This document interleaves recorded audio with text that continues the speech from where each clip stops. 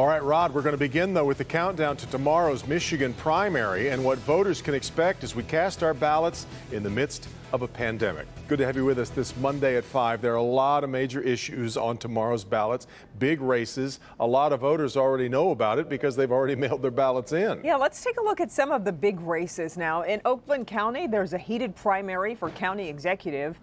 Over in Macomb County, there's a crowded GOP primary race for the House seat that's being vacated by Paul Mitchell. And in Wayne County, Rashida Tlaib is facing a primary challenge from Brenda Jones. And that's just 3 of the big races on which voters are deciding. And of course, all happening with an expected record number of absentee voters casting their ballots. They've already done so. We knew as of last Friday, over 1 million of them had already been turned in.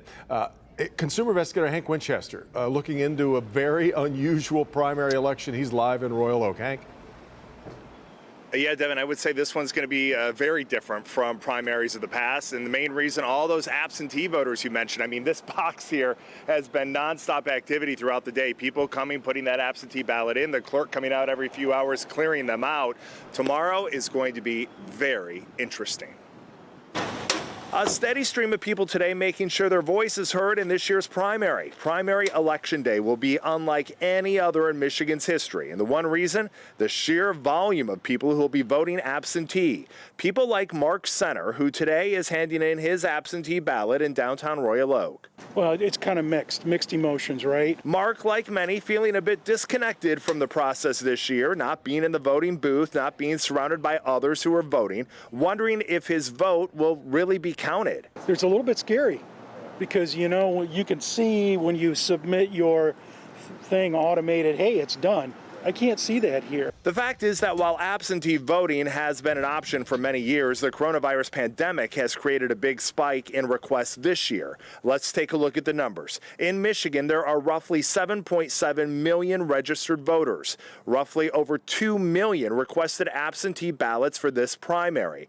1.2 million have already been returned. The Secretary of State telling us that with this big increase, expect a delay in getting results, possibly Wednesday, maybe even Thursday. If you want to vote in person, you have that option too. The polls open tomorrow at 7 a.m. They remain open until 8 p.m. You can vote in person at your normal location or drop off your absentee ballot at your clerk's office or City Hall drop box. Face masks are not required, but they are strongly encouraged. Back out here live again. It's already been a very busy day for the clerk here in Royal Oak, for example, making her way here to the drop box, clearing this out every few hours because the demand has been so high. Again, the polls open tomorrow. You can vote in person starting at 7 a.m. And if you encounter any problems getting your absentee ballot to the proper channel, to the clerk, if you have problems at the polls, make sure you reach out to the Help Me Hank team. We want to hear from you. We're live here tonight in Royal Oak at 6 o'clock. We're going to have information from the Secretary of State, Jocelyn Benson herself. Back to you. Okay, Hank, we look forward to hearing from you again at 6. And we want to let you know about this really cool feature that we have on clickondetroit.com that lets you track your absentee ballot once you've sent it in. All it needs is your name and your birthday, and you can make sure your vote is in the right hands. You can find the link right on our homepage, and we'll be keeping it up throughout the election, so check it out.